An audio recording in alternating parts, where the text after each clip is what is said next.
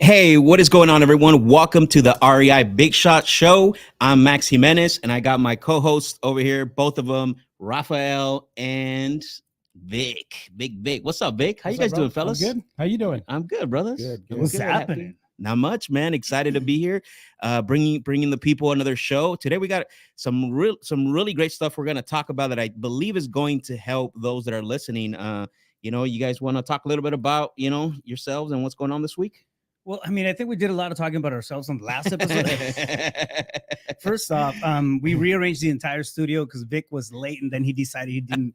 The Feng Shui thing wasn't panning out. He tore down our studio. As you could tell, much. last time we were standing, today we're sitting. So We're more comfortable though. Yeah. But no, I think a topic, right? One of the biggest questions, especially if you're not in the real estate space yet.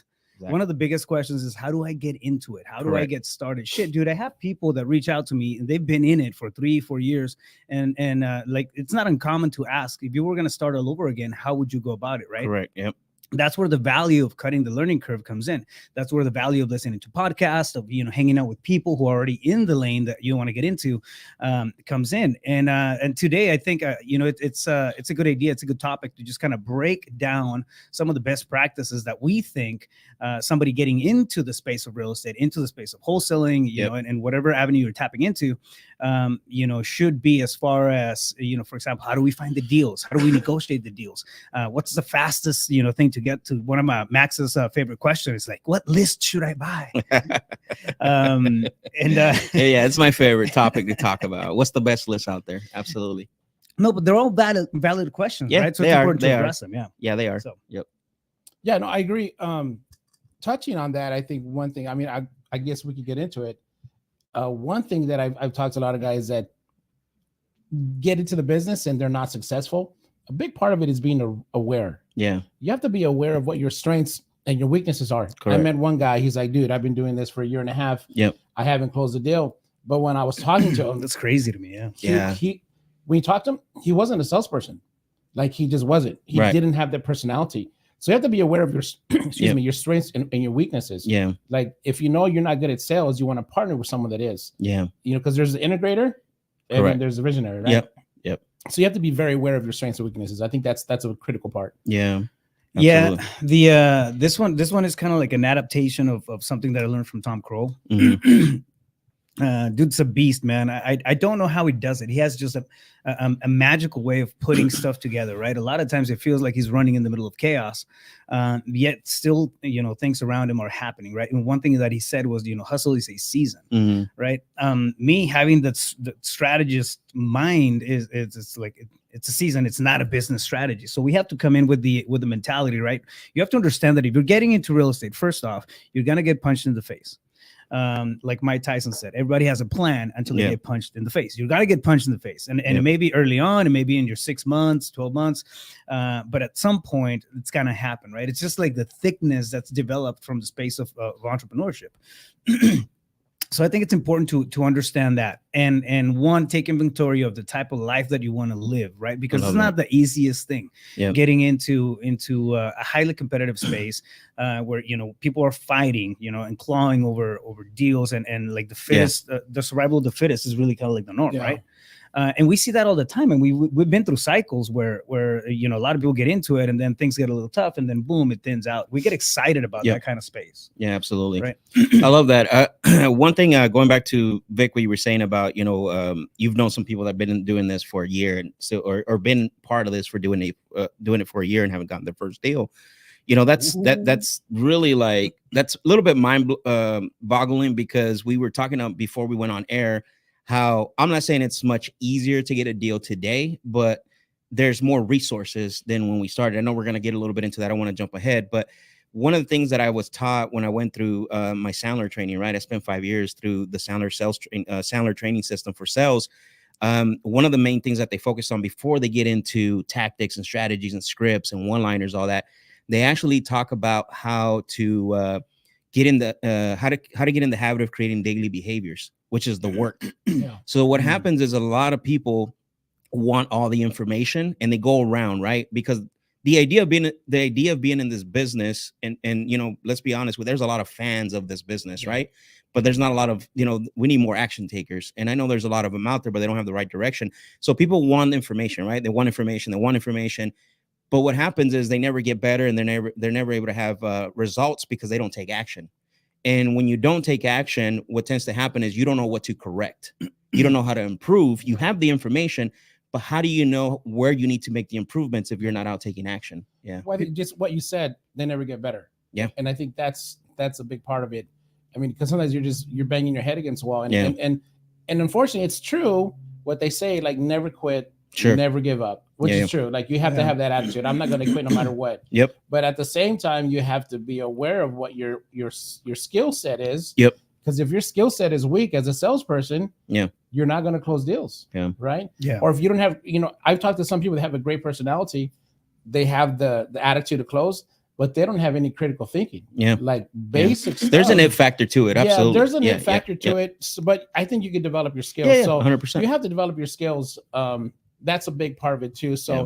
you know, I think we'll be able to offer some advice that maybe Yeah. you don't hear, because people are just trying to hype the business. Yeah, of course, man. Yeah. And you know, sometimes just people they do it for years and they don't get Yeah. paid. They don't make Yeah. money, and then That's- they just quit. Yeah. This is very true, man. People try to hack the business. Yep. And at the end of the day, like, yeah, you might be able to you know, hit off a deal. I've seen people that get into it and then a week later they have a deal, right? Yeah. Like 30K or you know, It can or- happen. Yeah. Yeah, no, Absolutely. I've seen it. I've seen Yeah, it yeah. multiple Mhm. times, Well, I right? did my first deal in 10 days. But it's not the norm, right? And then what happens is like the expectation for that kind of stuff without, you know, the legwork, I guess, is kind of there. So we start creating false expectations, or we see that kind of stuff out there. Anyways, like what I'm trying to get to is like, don't fall for that kind of stuff, right? Yeah. You're gonna have to put in the work at some point in time, and because it's requiring you to level up to that next stage. Shout out to our boy Dean Rogers. What's Let's up, dude? It's go. another beast in the business. Yeah. Big Dean. He's watching on Facebook. We're famous. He's checking us out, bro. He's like Captain America if you don't know him. Yeah, he is. Yeah. He's a good dude. So I mean, let's get into you know, a little bit of the nuts and bolts of how to tap into real estate, right? I mean, I'd like to tackle specifically the way, to me, the lowest barrier of entry is going to be always in the wholesale. If I were to start all over again, rewriting my entrepreneur journey, I would have started absolutely with wholesale. Right. Yeah, agreed. I started in a way more difficult industry, which was transportation. But if I were to do it all over again, I would go there.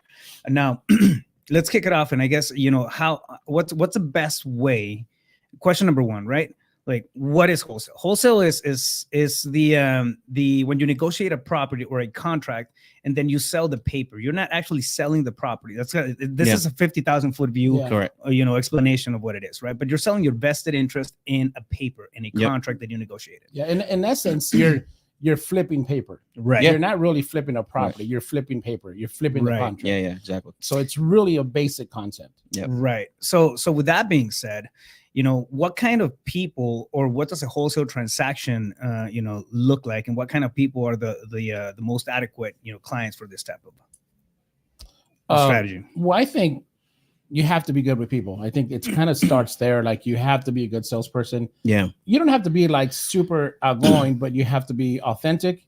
You have to be, you know, you have to have critical thinking. You have to be solution oriented. I think it starts with that. Like if you figure out how to offer a solution to the person that wants to sell the property, that's kind of what gets you to the next level. So, you know, it's funny you say that, because when I talk to like our Tuesday nights, I have the sales hours, and I talk about that. It's like you hit the nail on the head, which is you need to be a problem solver first. Correct. Right. And then the second phase is then you need to have your skills come in second. And it's really strange concept to grasp, right? Like, what do you mean? Like, wait, problems are first, skills second. Now they both work in conjunction with each other, but you have to solve a problem before you can buy the real estate, which is the third piece, right? Correct. Problem solver, and then sales skills or closer second, and then third, you end up buying the piece of real estate, or you put it under contract, right? Yeah. And so, because you're right, like you can't not, you know, if wholesaling is getting a piece of property under contract and then assigning your rights, flipping the paper. But the only way you're able to get a wholesale deal is to really understand, what problem am I solving here? Right? Yeah, because ultimately, I tell my guys all the time, like, listen, if someone sells at a discount, because there's an issue they're dealing with. Yeah. Like Yeah. no one's There's- going to sell at a discount just because. Yeah, exactly. Yeah, there's gonna be there has to be a problem to solve. So out of Exactly. everybody, and this is kind of the regular stats on this, right? Yep. But out of everybody that wants to sell a house, right, maybe 4% between, I mean, and I think the number is between 3 to 5%. Yeah, I thought it was like Yeah. 3%. Yeah, 3 to 5% are going to sell to us because they're in some Yep. type of under some type of pressure, some Yeah. type of distress, right? And distress can look different, right? It doesn't necessarily have to look like a beat up property. Mm-mm. There can be financial distress. There can be situational distress. People can be going through a divorce. People can be going through probate. People can, be getting relocated, right? Yeah. So there's a lot of different types of conversations that fall into that gap of distress. A lot of times it's emotional distress, and you don't necessarily see it in the condition of the property. No. I walked into properties with sellers where everything looks tip-top shape. This is crazy. This is interesting. Off the top of my head, I can think of one scenario, right? I walk in and this place is immaculate, just absolutely immaculate, like super clean. Everything was like detailed and everything. The seller's way of dealing, she was going through some personal hardship and emotional pain, like deep emotional pain, but her way of dealing with that situation was to get busy working on the house. So she would come in and then paint whatever nicks, whatever, and I mean, it was interesting. You would, like, anybody would walk into this type of property and then just kind of write it off. It was like, no, this is good. It doesn't need a new roof. It doesn't need paint. Like everything, all the cabinets are good. Right. But it's important to understand that when we're solving a problem and Max said, you hit it right on the head, right? We're leading with value. Yeah. When we're solving a problem, we're looking for the real problem. It's not always going to be evident, right? So that 3 to 5% of the people that are going to sell to us don't necessarily, scream out what's wrong or what the real issue is. They have different things that are happening in us as problem solvers. It's our responsibility. It's our job, really. It's what we get compensated for, is to figure that kind of stuff out and then having a creative way of solving it. Yeah, you got to find the distress. Yeah. There is going to be times where there's that one seller, they're like, I just don't want to deal with it. Yeah. I got a ton of money and whatever. I don't care. Just give me whatever. Yeah. There's I forgot who it was. One of the a friend we know, I think, I don't know if it was Devin. I forgot who it was, but he got a deal from a lady and she's like, you know what? I've made a ton of money. She's already a millionaire. Yeah. I made a ton of money. I know the house is worth probably 300,000. Just give me 50 grand. I was like, and that's it. He couldn't believe it. I'm like, really? He's like, yeah, dude, she was super cool. She had a lot of money. She just really liked me. I was young. She let me have it for, I don't know, like 50, 60 G's. He made 100,000 on the wholesale.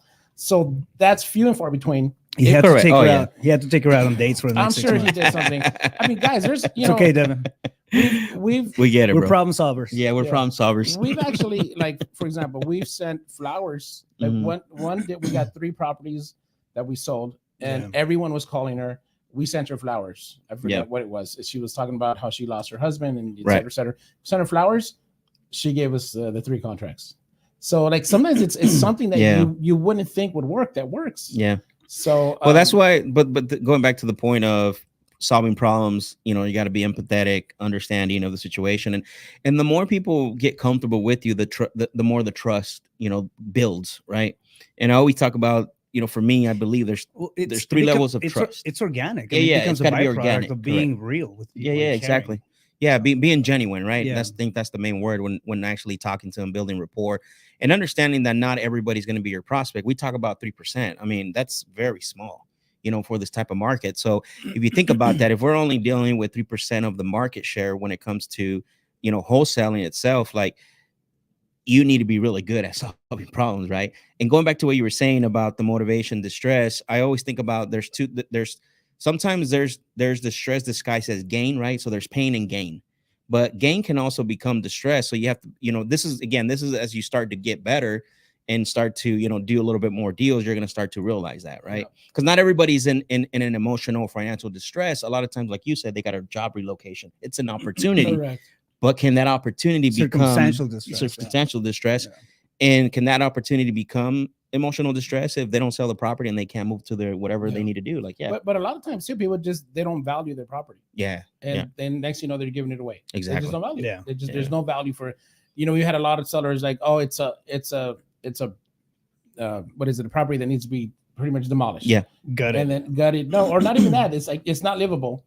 And we go out there. I'm like, this house is livable. Like just people don't realize that it is livable. We just you gotta put 50,000 into it. Yep. But it is livable. You're not gonna demolish the house. Yep. So there's those opportunities, and you get those the more calls you make. Yeah. Oh yeah. Absolutely. So this leads into the kind of like what does a wholesale deal look like, right? Mm-hmm. The if you've never looked at wholesaling, if you never heard a podcast on it or kind of like done a little bit of research, the first question is going to pop up is like, why would somebody sell you their property for 60%, 70% of what the market value of that property, right? But it's because of these same things. These people can't sell the property normally, right? Because the house, again, it's either in array or disarray, and or they don't have the time to sell. They don't have the time to go through the inspections. I think it's distress or convenience. Yeah, like that's really what it comes down to. Yeah, right. Absolutely. Yeah, that's a fair point. It's a very fair point. Yeah. So there's there's always gonna be the like the self-talk, self-conversation, right? Of why would somebody sell me that? And then if we lead, like when we're having these conversations with sellers, right? If the mentality is like, there's no way this person is gonna sell it to me. That's gonna come across, which is very interesting because I used to do that shit all the time. Like that was me sitting down across sellers at the beginning. Like, no, this is not gonna happen. But I was approaching that. I was approaching that scenario with my my situation. Right. I like, for example, in my head, like there's no way I would sell, property for this much. Right. But it's not, it's like, that's my story in my head. It's not their story. Yeah. Right. So we have situations different too. Yeah, exactly. We have to come in with again, the ability to solve that issue. Right. And just more open-minded when it comes to negotiating properties and just there. I mean, there's we have one of the best closers right now, like here. So if you guys have questions, drop them. If you're listening to us on Facebook, on YouTube, or IG, or wherever, just let us know. Drop it in the comments. That's what we're here for, right? This is a back and forth conversation. I want to add something to that, and man, this is so true. I see this in so many people. Like it's that negative self-talk, which comes to the subconscious, right? And because we all grew up differently and stuff, and understanding money, relationships, and all whatever. So it takes a lot of self-development, like literally, man, like because it takes a lot of self-development, and it takes a lot of messing up and making mistakes and realizing like you got to rewire yourself, because you're gonna start running into walls and people hanging up on you. Because listen, it's not easy, like dialing and calling and getting cussed at and getting hung up on. But what it is, at the end of the day, all you need is that one yes, right? That's going to turn, that's going to turn things around. Proof of concept, right? There was, not to interrupt, but there was one time when I was like fed up. I'm like, oh man, this is a grind. Yeah. I just like, I don't know if I could do this. Correct. And then I had already done a couple deals, but I'm like, man, this is getting tiresome. And then next thing you know, a seller answers. She's like, oh yeah, I want to sell. Yeah. Honestly, I'll take 25,000. I'm like, 25,000. She's like, yeah. I'm like, well, it was worth like 150. Yeah. So if you make enough calls, deals will fall in your lap. But you have to make the calls. Yeah. But going back to that's definitely 100% true. You got to make the calls, because there's no way you get better without doing that. But going back to the approach, the sales aspect of it, and the approach to the calls is, I learned this right through my training, where they said you got to leave your child in the car. Right. So when you get on the phones, which means that you cannot get more emotionally involved than the seller. Right. That's interesting. I never heard that. Yeah. So you got to leave the child in the car. Can't get more emotional. Just for disclaimer purposes, not literally. Okay. Yeah. Not literally. And if you do, make sure you roll the window down and crack. No, just kidding. Which means that you can't get more emotionally involved in the sale, and also you got to remove yourself as you would. It took me a long time to learn this, man, because I grew up very different, right? Knowing, I always share this and people laugh at me, which is okay. It's part of my story. Like I didn't know what a checking account, so I was like 19 when I met my wife. So think about that, right? Always carried cash in my pocket, and I got paid cash, right? Work with my cousins and stuff, and so think about that. Now I'm like trying to get into business and negotiate, and it's like. So subconsciously, like you're dialing and you're trying to negotiate, 40 cents, 30 cents on the dollar. It's like, Max, what do you think you really deserve this? Like, what are you trying to buy? Like, what's going on? Like, well, it's interesting for me. It was actually pretty easy. To get deals. I was getting like 4 to 5 deals a month by myself. And then hindsight, I'm like, man, why was it? It wasn't that big of a challenge. I got my first deal in 10 days. Mm-hmm. And it's because I was insane. That's crazy, bro. Yeah, I was. That's a record, I think. Yeah, I was really good. It's gotta be. Actually, as a matter of fact, I think I mentioned it briefly. I went to Carlos and Sal's office. I like how humble he is. Well, no, I mean, but I'm Actually, saying- now that I remember, I think it's that list I gave you, bro. I was- I remember I that. was- Yeah, I never got I a piece was of that, bro. the golden boy. well, I'm making the point. So I remember I went to Carlos and Sal's office. I talked to them, and then a week later I got the contract, and they offered me a job because they're like what the heck already? Yeah, right. But in hindsight, is because for 20 years I was in the produce business, Yeah. and my clients were Safeway and Walmart and Yep. Whole Foods, and like you're literally like you're kissing ass. Yeah. Like it's very service driven. Like Got if they it. say jump, you jump. Yeah, yeah. I mean, I've had the buyer for I won't say the name that would literally cuss us out. Like really, Yeah. because when these guys are buying hundreds of millions of dollars worth of product, they have a chip on their shoulder sometimes. Yeah, right. But you have to deal with it, and you're very service driven. Like whatever they say, you do. You really watch your words. You try not to say anything negative. Like you're just always appeasing them. And I think that really carried over when I was talking to sellers. Everything I said, it was to appease them. Yeah. And I think that really made a big difference. I think. Yeah. Yeah, so your confidence levels were high. Yeah. And like that's one of the first things that we see, right? Yeah. Me as a coach is one of the things that I have to work on the most with students. It's not the script, No. it's not the No. the pitch, it's not the numbers. It's having the confidence of actually getting out there. And one thing happens that's pretty interesting. A lot of us will get like when we start taking action and we get out of that theory mode.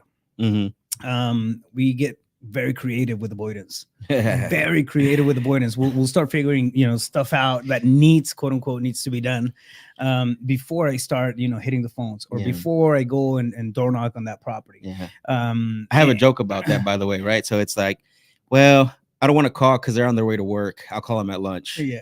Well, they're at lunch. I don't want to bother them because they're eating. I'll call them after work. Well, they're headed home. I don't want to bother them because they probably had a long day at work. I'll just call them tomorrow. Yeah, that's true. Yeah, I mean, it happens all Creative the time. avoidance. Every single day, twice on Sunday, man. But it's so true, right? And at the end of the day, like it's confidence is gonna play a big part. Yeah. So I mean, honestly, I think that's most of the game. It's just having that self-belief. And you don't have, I'm not talking about walking around with the confidence of a giant, right? Yeah. Or overcompensating on ego or anything like that. It's just having the confidence that you're gonna be able to figure it out. And when you talk to somebody, understand that you're there. Trust that you're there to provide a solution. Yeah, right. You're there to help them. Yeah, and lead with you have value. to have confidence, because if you don't, they're gonna feel it, and they're like, we're not selling our house to this guy. This guy doesn't know what he's doing. Like they'll sense that lack of confidence. Yeah, absolutely. And the thing that I always say is like how dogs smell fear. People will sense on the other side that you're not confident in what you're saying, right? Yeah, that's why it's really important in your opening up, in your pitch, in your intro. That's like the most important part of the phone call, because the rest of the phone call is going to go determine on how you do that, right? If you're doing a lot of stuff over the phone, most people are nowadays, and it's you're right. Like it's your job to instill confidence in the seller when you call them. Yeah. So when I'm talking to, and I tell all my guys, like when you're talking to the seller, everything you say, it's kind of like a game of chess. Like everything you say, I'm trying to plant a seed of thought in the seller's mind. Correct. So they think positively about me. Absolutely. Like that's the key. I'm being very strategic with my conversation. Everything I'm saying, I'm trying to make them think positively about me as a person. Yeah. Like you have to be strategic in your communication. Yeah. There's guys that are better closers, I think, but I'm always constantly trying to make them think positive about me. And so at the end of the day, they're like, you know what? But this guy was really nice, or he seemed like he really cared, or I'm trying to do that the whole conversation. There's two what I want to say, I don't want to call them keys or whatever, but there's two things that will actually create confidence on a phone call, which is number one, what you just said, you got to be collaborative. Correct. Right. Very collaborative with the seller. Correct. So which means that understanding that when you are conversation with them, you should not be making it about you. And I've seen this problem a lot. Like, hey, I'm calling from, ABC real estate company. We buy 30 deals a month and we're the best in the West or whatever the case may be. And then the second part is assertiveness. So collaborative and assertive, not being aggressive or belligerent, So assertive means that when you know that the prospect is wrong in what they're saying and potentially they need help, you have to assert yourself to make them help them think critically, so that way they can move forward from that. Yeah, exactly. So, yeah, it becomes a pattern interrupt. Yeah, exactly. And assertiveness does not mean being an ass, right? No, it doesn't mean being belligerent or aggressive. Yeah, you can be tactical. Yeah, you can yeah, be tactical and don't confuse it for aggressiveness. And have some tact when talking to people. And it's not no, you're wrong. It's no. Well, I mean, what do you think about this, right? Or what are your thoughts? For example, that's a transition phrase.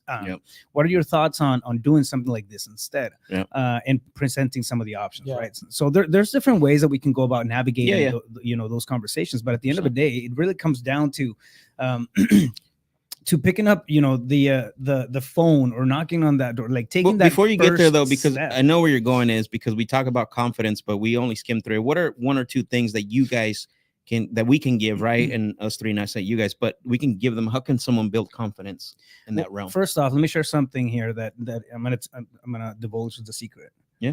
Nobody in real estate knows everything about real estate. Really? Nobody in real estate. Oh man, shit. We have a group of the top killers in Maricopa County, which is like Guru Central, right? And it's like a questionnaire, right? Like and like we're always asking Google. stupid. Yeah, we're always asking stupid questions on it. Yeah, they're not stupid questions. They're questions, right? But it's stuff like every single deal is gonna be different. Yeah. Right. That's in my opinion. It's always has. It's the cool thing about real estate. Like it's just different, right? You don't. It's hard to get bored. You get challenged. Yeah. But every single deal is different. So it's okay to start with what you have. Yeah. It's okay to get out there with the knowledge that you have in your pocket, right? As you're going through it, a new question is gonna pop up. You remember those books when when you were growing up that choose your own adventure, and then you had it's very much the same thing. It's very much the same thing. Right. Like as we're going through the deals, as we're taking that first step, that that opportunity to go left or go right is going to pop up, and then I mean you figure out who to reach out to. You create power teams. You start getting into rooms with people who are a year ahead of you, 2 years ahead of you, and then you start learning that way. You can't expect to know everything, but I think one key for confidence was with me. Like I knew about real estate, but I didn't know everything. So for me, it was really studying education. Like before I started, I think I studied for 3 months straight. Every single day. I watched podcasts. I got courses. I really studied a lot. And so finally, after month 3, I'm like, okay, I feel comfortable now. Like I have enough confidence to move forward and take action and make the calls. So I think that's a part of it. Like you don't want to do it for 6 months. No. But 2-3 months of like hard study is going to give you the confidence to move forward. Yeah. And then what I did too, like you partner up with someone. Like for a long time, I worked with Keegan. Yeah. Right. We did a lot of deals together for a long time. And that was a critical key. So you want to partner up with someone. We got guys that send us deals. Yeah. We partner up with a lot of guys to help them sell their deals. They don't have the knowledge to close a deal. Yeah. So, that's another avenue. And actually, that's the number one thing to do, in my opinion. If you don't know enough about the business, work with someone else that knows the business. I love that. Yeah. That's amazing you brought that up, because like when I think about how do you build confidence, because a lot of people they really depend on scripts. They depend on the information, right? Like what's the best scripts? What's the best? And I always get that in my DMs. Scripts don't get you paid. Yeah, exactly. Like what's the best one-liners? How can I get the price from the seller and all this? And there's a lot of programs that actually lead with tactics and strategies. But the problem is that when the tactics and strategies, when you run into situations and objections and they don't work anymore, you end up getting discouraged. Yeah, so your confidence level drops to the floor. So the way that I can tell someone how to build confidence, what you said, is you got to be learning. And then also you got to understand, you have to go out and apply that learning. Right. So and one thing that a lot of people make that are not good at is asking for feedback, like you said, reaching out to people who are better than them. And I knew I was at fault at that. It took me a long time to learn that. Yeah. And that's why we were talking off before we came on air. It's today it's not easier. It's just more resources and simpler when you can reach out to guys like us, yourself, right? To learn how to actually work with us on a deal. 100%. Isn't it crazy how easy it is to find, for example, phone numbers and stuff and lists? I know. And I mean, take that to 2014, 15, 13. Dude, I mean, that was insane. Yeah. And I mean, at that point you were still in the other industry, right? Yeah. Correct. Yeah. So, but we didn't the resources to do that kind of stuff. But there was probably only 2 Facebook groups, right? 3 Facebook groups. Exactly. But the thing is too, you have to educate yourself but courses only take you so far. Yeah. And books take you so It's far. that theory. I mean, Yeah. it's that theoretical. Think of it as a comfort blanket, right? Okay, cool. Like I have the knowledge and everything. One thing that you're and I commend you, for this. One thing that you're really good about is taking action quick. Yeah. I've seen you take action and stuff. It's kind of like, okay, cool. I feel like that's a good thing, and then boom, next thing you know, like you're rolling into it, you're implementing. Yeah. So I mean, I honestly like I feel it's one of the biggest and most important things that we have to do, right? You have to be decisive, especially in this space. It moves too 100%. fast. Yeah. Yeah. You have to be decisive. It's I always say, like, right now we're living dog years when it comes to real estate. Oh yeah, Yeah. 100%. But one thing I was saying about reading the books and the course, etc., that still doesn't compare No. to like a mastermind Yeah. or getting a mentor. Right. Like that's Yeah. critical. I think we've all hired mentors, right? At Yeah. some, Oh, yeah. at some Oh, point, yeah. we've all had a mentor. Yeah. Even if you have to pay for it, and sometimes you have to pay for the Yeah. mentor, right? Yeah. Most times, I mean, I paid for my mentors, Yeah. No, I have too. and eventually you become their friends, which is kind of cool. As long as you're producing, right? Yeah. Yeah. If they're good mentors. If not, I mean, they come and go. Yeah. But no, you're absolutely right. To me, it was a stigma. Like, no, I'm not gonna pay somebody to tell me. Like, I can go look in search up Google, or I don't know, Google my way through, my I used to have that entrepreneurship. attitude. Yeah. Yeah. Absolutely, dude. I'm telling you, man. It's like I wish I would have let go of that thing like years before. Yeah. But no, it's cutting the learning curve. It's really streamlining the process, right? It's borrowing somebody else's experience to move forward. And I don't know. To me, it's a lot more valuable to get to be up and running and successful in any given area in 6 months than trying to figure out that shit for 3-5 years and then spend the same amount of money or maybe a lot more trying to figure it out. So I want to ask you this because I believe anyways from what I see and being around masterminds and groups, like one thing that doesn't get like really talked about through a microphone and like podcasts is how much actual wholesaling is an actual marketing and sales business. Like we've heard it and we've heard people really just kind of like just skim through it, but how much really there's like how many people can you think of that are actually preaching that and talking about that? Yeah. How well you have to get with your marketing and how good you have to get with your conversion, which is the sales side. I'd say, I mean, what do you guys think? Like 90%? No, what I'm saying as far as like there's not a lot of people who dive into that and really talking about it with the bullhorn like they do other stuff. Yeah, they just right? talk about real estate and deals, the deals and the contracts. But well, it's not the sexy part of it. I think, yeah, and it doesn't. That's why. Like as but far that's you know what I mean. That's well, that's why there's fix and flip guys, Mhm. right? Yeah. And most of those guys buy their deals from wholesalers. Yep. And wholesalers are really not real estate guys. No, like we're marketers. We're man. marketers, yeah. And salespeople. Yeah. That's what it is. If you're not good at marketing, you're not going to make money. Yep. Yeah. Period. And sales. And you sales. have to be good at sales. Yeah, you have to be good at sales. So let's let's segue into some nuts and bolts here. Anybody who's for the people who are new out there listening to this, just kind of tapping into the podcast, we're gonna start real basic until we start getting hit with questions. Yep. And I mean, the cool thing about this is that we have range. We can bring the conversation to a chapter 1 and intro type of deal, or we can go to chapter 20 and then break down complex stuff, right? This is kind of like, again, choose your own experience as the audience. Yeah. Like, can we create I guess to put in the description, because people are going to watch the replay of this, where they can submit the questions for the next show, like a Google form or something. Maybe we should do that. Yeah, cool. That'd be a good idea. I'll create that. so smart. Yeah. No, Yeah. so okay. So with that being said, if you were going to start all over again, in wholesale, finding sellers, Ooh. what approach would you take? Vic, go. Well, it's funny because you guys touched on it in the very beginning, and I've heard it many times. Everyone says like there's no secret list. Right? Yeah. I disagree with that. I've always disagreed with that because the way we work, we target very motivated. You must be coming out with a list on. Yeah. So No, break it down. We're very niche. We're hitting motivated data, and we hit it in multiple markets. Now, what does that look like? Yeah. well, I'll get into it, but I was going to say, what are the filters? well, I'll get into it, but what I was going to say, but it depends. And here's what I'm getting at.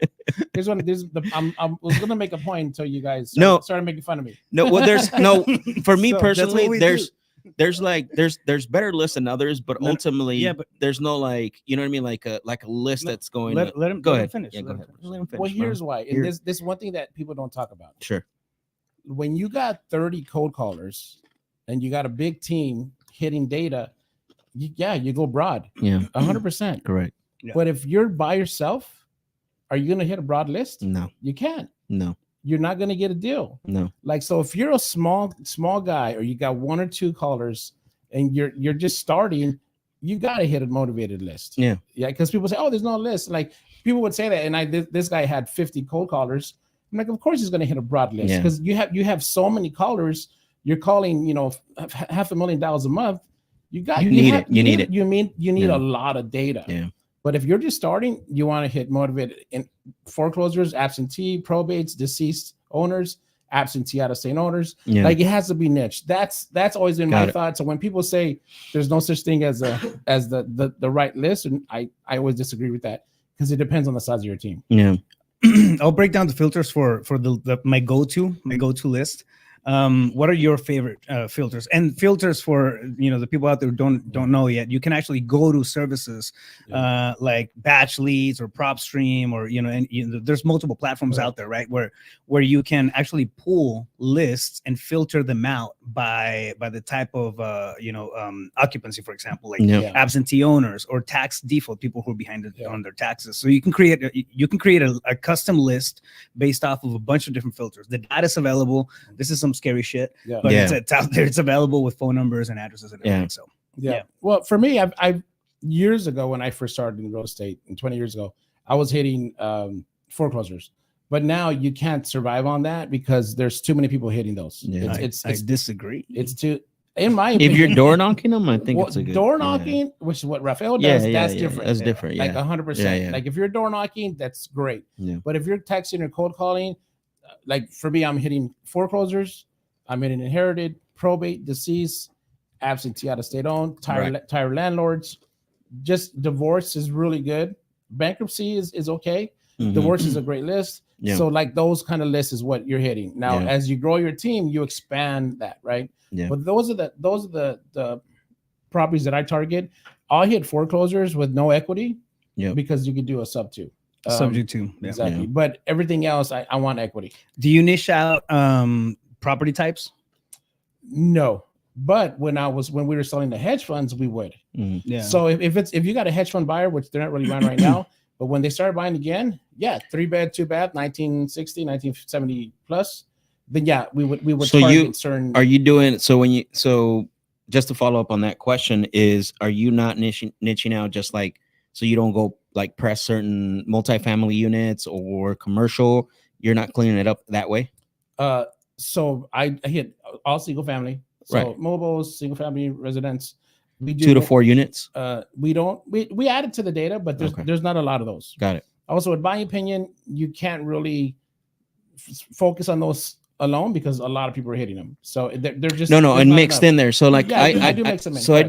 do like residential, but then I'll include it as like mobile homes, apartment or condos, townhouses, Correct. 2 to 4 units, and manufactured homes, right? Yeah, but from my experience, let me know what you think. Condos, it's never been a big thing for us. We've Not, struggled. but yeah, I mean, do. I haven't really done. I think since we started, maybe 2-3 condos. Oh, really? I've done It's quite just, a bit it's just condos. hard for us. I don't know Yeah. why, Yeah. but maybe because we focus more on single family and et cetera.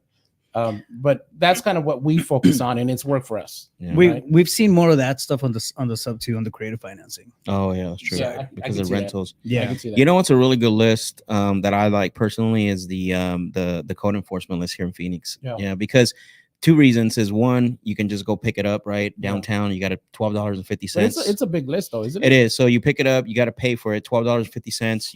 You can't have like, you got to have the exact same change. But the second reason why I like it is because it gets emailed to you, but in a PDF. So you got to convert it into an Excel and then clean it up. It's a huge list, like over 3,000 records. However, though, what I like about it is that's actually go ahead. For that, go to Adobe.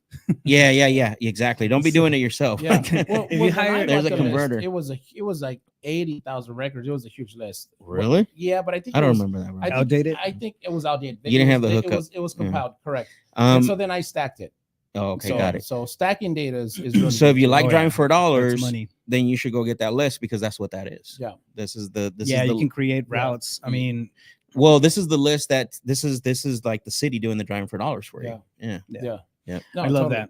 that. My go-to anytime I tap into a new market or my go-to list is I do research on whatever avatar property is selling the most in that city, right? In whatever area I'm tapping into. Dang, So yeah. I'll look for the highest, and you can go to list source. Listsource.com is you can do a lot of research there. I mean, I use it mainly for research. I hardly ever buy stuff from there. But you can still go through set up an account and then go through the filters, and it'll give you counts. So it'll give you numbers. Like there's, I don't know, that 800,000 houses, that are built between 1972 and 2007 or whatever. Yeah. Right. So you start to see counts, and then you can create filters. Mhm. And when you do it, I have a certain process that I go through. I'm able to see the highest sales, right, on the type of property. So I'll look at the homes that sell the most in this area are built or built before 19 or 2000, right? From then I'll go 1972 or 78 to 2000 or something like that. So I'll start creating a filter based off of the highest sales. Why I think that's super good for the dispo side, because from my opinion, what I've noticed, like 3.2 1960 plus, those sell like hotcakes. Yeah. If you got a 2.1 so 1930, you're gonna have a hard time selling that property. So I think if you could stack what you're saying. So here's a next step to that, right? So I go after the property avatar, if it's a 3-bed 2-bath, and the works, right? So what year, what type of build, that sort of thing. So you're gonna have this kind of like a bread and butter type of property for the area, and you create the property avatar. And then that you start adding pain points. The first pain point that we go after is absentee owners. So you absentee owners. I mean, we can add probates. You can start stacking and adding a couple of things. But for example, an absentee owner list on the property avatar, it's one of the first go to. And it's the thing about that, like you were saying before, it's usually a broad list. Yeah. So you have the count, right? If you just go after, like, for example, monthly foreclosure sales, you're gonna have, I don't know, a couple hundred, if that. You're gonna go through it in an hour or two. Super. Yeah. So bigger lists like that are it gives you more time, more reps at bat, I guess. Yeah. So that's one of my go-tos. I agree with that. If you could stack the property avatar, what's selling the best, because there is like investors like a certain type of property, right? Yep. So if you can stack that with motivation, you could do really well. Yeah, and you can use that for direct mail too. Yeah, those type of lists. And the thing is, like, some guys, some gurus are like, no, there's no secret list. I'm like, come on, dude, like, that's not true. Sorry, it's because they don't know, bro. Yeah, well, déjalos. Someone told me the other day, those that can't do, teach. Yeah, I've seen that a lot. That happens. Yeah, I don't want to name drop, but I've seen that a lot. You should still put bandit signs up. They work really well. I actually called the bandit sign the other day Did they pick up? Probably for not. dispo. Yeah. Oh, okay. And you start messing with the guy. Hey, are you doing any deals, bro? Yeah. Hey, are you renting the house? Are you trying to charge me $10K to come to a property walkthrough? Where's the link? There's the link. No. So I mean, anyways, like there's definitely ways of narrowing down the data that you're gonna hit, right? So all this, all we're talking about right now is looking at the demographic that you're going to be, for example, going after, right? And then you can do this in a couple of different ways. One of my oldest, or, my backbone types of marketing has always been cold calling. Oh, yeah. I think, though, with that being said, that everything has transitioned, right? Like the effectiveness of cold calling is not the same as it was 3 years ago. No. Yeah. We went through a period there where SMS was fire, RVM, which is ringless voicemail, was fire. So you have like these like verticals that pop up every now and then of different ways of reaching out to people, right? But they dissipate. Cold calling has always been one of the effective ways. Now, if you're getting started in real estate, you don't have, the ability to start paying for a ton of marketing and whatnot. You want to hit volume. You want to be niched out. Calling the leads is actually going to be one of the best ways. And if you couple it with door knocking, which is actually going out there and then knocking on the door and having conversations with sellers. Yeah. Which is, scary. Yeah. But it's going to be the most effective and fastest way to get to a deal. Mm-hmm. It is, in my opinion. I mean, I don't think anything can beat it. Yeah. Yeah. No, I agree. Door knocking is probably, if foreclosure list, that's the way to go. Yeah. Yeah, I agree. Yeah. I agree. What do you guys think about driving for dollars? I mean, we do it as well at the same time. So, as for example, like the teams that are door knocking out there, as they're going to the properties, we give them all the data, like everything's laid out, right? But as they're going through to these properties, they're also catching opportunities. You know, when they see distressed homes, and with door knocking, like the ability to see circumstantial distress is not going to be there, right? Right. But you can definitely make a note of something or write down an address. You know, there's a car out there. It looks it's been it's been there for months. Spider webs on the bottom, never moved. Cracked windows, old stuff. So it's funny. Overgrown lawns. I was gonna say, see, and that's why I if somebody that's starting out new, I think that's a really good way to start as well. I remember I used to pick up anywhere between here in Phoenix, anyways, right? We have to be, we have to be aware that it's a very big market, right? And so I used to pick up anywhere between 80 to 110 properties a day. Yeah. And what's great about driving for dollars, I always say this, and you guys are gonna laugh, is like those properties are not in anybody's list. Yeah. Right. And they're like, what do you mean? Like, wait a minute, you can buy that, you can, but that list is not gonna say the house is boarded up, the weeds are 6 foot high, the roof is got a hole on. It's like your own list. It's your own list. Exactly. Yeah. There's a PVC lead that I locked up and got under contract. Then another guy called me. You know, he's trying to be sneaky about it. And then we ended up talking, and he was cool, so we kind of chatted. And I'm like, how did you run across this property? Because it was a PVC lead. Right. He's like, I drove it. He was I drive that area, and I drove the house, and I looked like there was distress, so I knocked on the door. And I was like, wow, interesting. Nice. So it does work. Yeah. 100%. Yeah. So we used to do that. And that's what I was gonna say. When we were going to in-person appointments, like I was going to 3 or 5 in-person appointments. As soon as we were done, I drive the block or drive the neighborhood, and I pick up five properties, 10 properties. Yeah. There's a company. What they do, they drive for dollars, I guess, with AI. So they look for like pools that are either empty or they're brown or green. Yeah. So they look for that, and then they look for like junk cars. So they summon. I think with a satellite, they're looking at the area. So I use them. It was pretty decent. The problem is, and then they give a score. The problem is it was kind of expensive. I'm for the cost, it wasn't really worth it. What was the accuracy? So out of 10 properties, how accurate was it? It was pretty good. It was actually accurate, but the cost is high. So I didn't continue. Because I love that, and that's the they came up with virtual driving for dollars, right? But it's like you have to be very careful with that because you don't know how. You don't know. Yeah. Exactly. Yeah. Wait, you don't know what? You don't know whether it's updated. You know what I mean? Like, Google the Maps. quality. Yeah. I mean, you can look at the date on the bottom. It'll tell you 2023, but still, you don't. But you guys gotta do that, right? Yeah. Okay. So through VAs, like I've had VAs sit there and then look at a monitor and then drive for dollars in a virtual market. Yeah. So looking at the maps and then just kind of literally like walking on the screen. Yeah. And then just cool. They see a beat up, through Google Maps, through the picture, see a and that's what I know you can do it through Deal Machine and like a lot of these services out there. We were just using Google Maps. Yeah, it's more accurate. Well, I mean, in my head, common sense tells me it's going to be the most updated picture, right? Right. So going through that, and then they would write down the address and they would skip trace it. So look up the the phone number and then throw them into a list and hit it. Yeah. Right. So and those are all like functions that a VA can do. A virtual assistant is somebody who can help you a lot in your business. Yeah. And they handle the minutia, like the stuff that's busy work, and it's repetitive, right? Yeah. I mean, they're a huge asset for real estate wholesale. Yeah, I agree. But at the end of the day, and I think we covered that pretty well. At the end of the day, first and foremost, it comes on sales marketing. Yeah. Then the list, and then everything kind of snowballs from there. And also remember, if you're spending money on lists or you're spending time and effort pulling lists or putting lists together, like call it. Like that, the best list out of all of them is the one you consistently call and follow up with. Pick right? up the damn I know, phone. man. Like, Exactly. I'm not getting deals. Okay, and that's the question I always ask. Okay, how many hours a day? How many hours a week do you call? Like, well, last week I didn't. How many call calls did you make last week? Yeah, exactly. I don't know. I'm not like I called and I haven't gotten a deal yet. How many calls did you make? 22. Yeah, I got a lot of guys that hit me up for coaching, and I really don't do coaching, but sometimes I'll do a coaching call, etc. And every time I tell them, like, Ray Kroc, right? McDonald's, super successful guy, right? Yeah. And he wrote a book.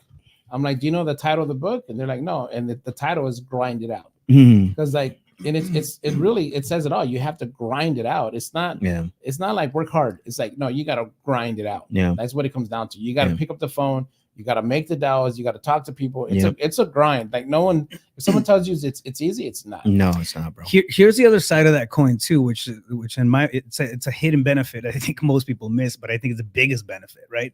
When we're grinding it out and actually picking up the phone, having those conversations, you're building your skin is getting thicker. You're getting exposed to those talks, to the rebuttals, to the issues, you're working that confidence muscle. To the negativity a lot of times that we get on the other side of the phone, and then you start realizing, oh shit, I have this perspective on this thing. But the reality is this, right? So it builds you up. When somebody it's scary to me when people want to start a wholesaling business and then they don't want to go through the grind and they just want to hire. I want to hire a VA. Like I got pay you 20 grand to skip the line. I want $50,000 and it's like, okay, cool. It may work while you have me, but the second that goes away, your experience is not there. The tenacity that you need is not there. The skin is not thick enough yet. You don't know what to look for when then they blame you. You don't know what to look for when you're hiring. You don't know what to look for, to evaluate whether or not people are actually doing the right things or the jobs, right? I mean, we talk about KPIs all the time, and metrics and stuff like that. Unless you go through it and you understand it and just kind of become, I'm not saying even an expert, right? But become dangerous in it. Just understand that, like, okay, cool, this is the way my business works, right? It's not, you have to go through that grind season and kind of work the trench. And it's not a forever thing, right? But you have to go through that process so you can become that person that can actually run the business. A lot of times success comes down to the person you become. That's what it comes down to. I love it. Like me, like, was I able to do what I'm doing now 10 years ago? No, because I wasn't that person yet. If you want to buy something or you wait, through something with go get a franchise. Like it's not going to happen in real estate wholesaling. It's interesting you talk about that though, Rafael, because something that I always talk about is like the 3 phases, right? I call it the cycle, the vicious cycle of 3, which is lead gen, follow up, and then conversion. A lot of people, they do all 3, right? We do all 3 when we first started. I did it. And so, but what happens is that people they stay in that because of what you just said. They never learn to really like write down what they want and their KPIs and understand how many calls does it take for one conversation? How many calls does it take to convert off that? And then they don't know how to move away from that because they don't know how to give it to somebody. Right. And it's crazy to me. And that's a big issue that I see is like, you have to start thinking. And I had this conversation on Tuesday. It's like, you guys want to be great closers and you want to be great at converting, but you're still stuck generating your own leads because you're not really like putting a pulse on what you're doing and how you're doing it to be able to hand it off to somebody. And I always tell them, as soon as you're able to hand off the lead gen to someone, like to create opportunities for you, do it where you're financially capable, right? Get a cold caller, a VA, get somebody, pay them a certain percentage, because if your goal is to be a great closer or and just focus on sales calls, you got to get away from that. Well, that's what I did. After I think I closed 3 deals, deal number 4, I hired a cold caller. There you go. Exactly. Deal number 5, another cold caller. Yep. And then at that one point I had almost 30 cold callers because I had closed so many deals. But also too, like, you have to leverage, like, success in business is about leverage. Right. So you got to leverage the money you have, correct, and the resources, technology, and you have to leverage people. Like, you have to use leverage. And I love that. And that's I wanted to hit that. And I'm glad you went there. Is what better of a time are we in where you can collaborate with someone? Exactly. Leverage, right? Where you don't have to feel like you have to do everything. Because you guys know when we started, like back when we started it, you literally were doing everything. Yeah, exactly. And you don't need to right now. Yeah. And now we're getting into commercial, and where I'm partnering up with a guy, he's going to do the dispo. We're going to do the acquisitions. And so he's leveraging me, but I'm leveraging him. Yeah. And it's a win-win. And so that's what it takes nowadays. Yeah. So I mean, it's a big factor. Yeah. And it's funny. And I, thinking about that conversation, like I never have to generate a lead ever. Like if I didn't want to, like people will call me and just to help them to close a deal. Yeah. Right. Like I developed that skill so well and learned how to do it so well. Like I've had people that call me and they got a list like of deals they have to save. They don't know how to have that conversation and other stuff. Right. It's crazy to think like how you start to navigate through these phases and you know where you get to. But you have to do that. And it starts by understanding what is it that you want. You got to write down like your sales goals. You got to write down your targets, because if not, everything moves. Everything is moving, and you never become that sniper that you desire to be. Exactly. And as time goes on, we'll discuss other critical things in the business that you need to be successful. I think we can have a whole episode on maybe negotiation strategies, and then another one on follow up, another one on this one. Just kind of turn this into a little kind of like university for the weeks coming forward. I love this. This was awesome today, man. Oh yeah, for sure. Oh yeah. And Vic said there is a secret list, gurus. There is a secret. But did you notice he didn't give us the filter? He did it, man. Yeah. He said, you got to pay, sucker. Cost you $10K. Well, you got to order the coaching program. click on the link below. That's a $10K conversation, bro. That's a $10K conversation. No, I mean, actually, everybody wants to make money, right? Like that's the thing. And we were talking about, cutting the learning curve and just kind of, learning from everybody else's, or your mentors mistakes, right? Because every people go through the grind, and we don't necessarily have to get punched directly in the face, right? Somebody else already has.